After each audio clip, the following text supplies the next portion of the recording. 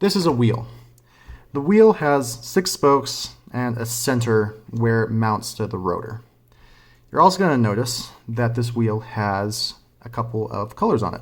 On the left are going to be red, on the right is going to be blue, and then the center is green. On the left is negative, the right is positive, and the center line cuts the wheel in half. For the purpose of the demonstration, let's just say that the wheel is 100 millimeters wide, and if you split the wheel in half, there's going to be 50 millimeters on one side and 50 millimeters on the other. Now, this is a rotor. This rotor has a caliper over here, and it connects to an axle. So we're going to connect our wheel and our rotor together, and I want you to notice something. This point right here is the point at which the rotor and wheel connect.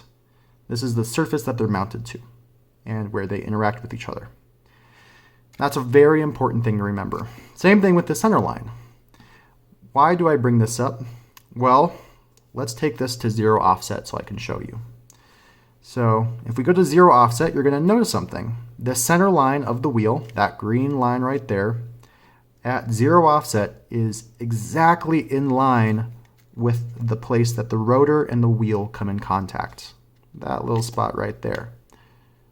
So this is what 0 offset looks like. What about negative and positive? Well, this is what negative offset looks like. You see that little gap right there between the center line and the point at which the rotor and the wheel connect? Well, that makes it negative because it's in the negative zone. So right now we're looking at probably like a negative 20 offset here. So what about positive? Positive is the exact opposite. Move that line, that point where the rotor and the wheel connect, onto the positive side. So right now it looks like we're running around something like a plus 20 offset. So let's do a couple demonstrations to see what this looks like. Let's say that you're running a 0 offset, and a 0 offset, it will normally have a lot of truck tires kind of look like this, where the point at which the wheel and the rotor connect is perfectly on the center line, and it gives it a pretty good center of balance. But let's say that we want to move more negative. What are we going to do? Well, we're going to move to the left and move this line right here where the rotor and the wheel connect more into the left. So we're going to go negative 10, negative 20, negative 30, negative 40, negative 50, and it comes back to center. What about positive? Well, let's start with 0 offset again. We're going to go plus 10, plus 20, plus 30, plus 40, plus 50. And right there is where the line where the rotor and the wheel meet. And it's in the positive side. And right now it looks like it's running at a plus 50 offset.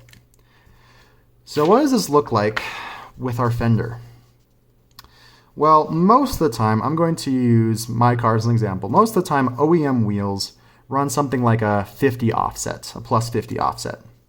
And that gives it a lot of space to be able to bounce up and down inside of this fender and wheel well without coming in contact with anything. It allows it to turn and not rub on the outside of the fender.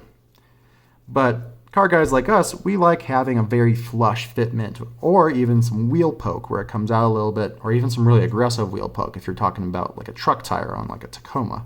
Sometimes that really aggressive wheel poke gives you a wider stance and just can look very cool.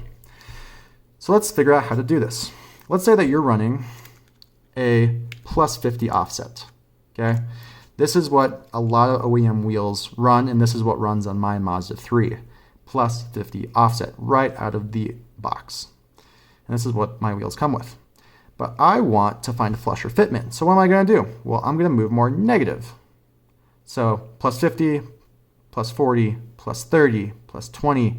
And you'll notice that as I subtract numbers, as I move in this direction, more negative, I'm essentially moving this line from the rotor and the wheel into the negative zone, okay?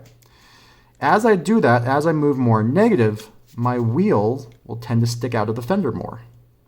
Same is true in reverse. If I had bought a set of truck tires off of Facebook, maybe they came with the truck itself, and I'm wanting to move my wheel fitment to a flusher fitment with the fender, I'm going to have to move more positive.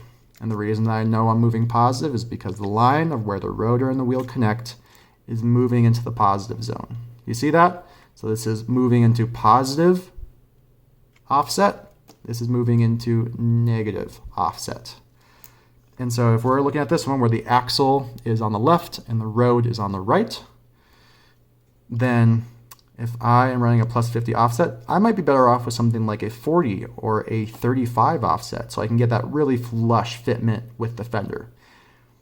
And so instead of moving, so I'm starting with plus 50, going to plus 40, plus 30, plus 20, plus 10, 0, negative 10, negative 20, etc.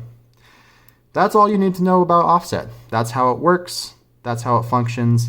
I'm not going to tell you how to do calculations for it. There's some information about how the width of your wheel impacts the offset and just the overall width of how it fits on your car. But this hopefully gives you an understanding of offset so that you can go and purchase some wheels that will actually fit your vehicle and you're not confused by the offset number.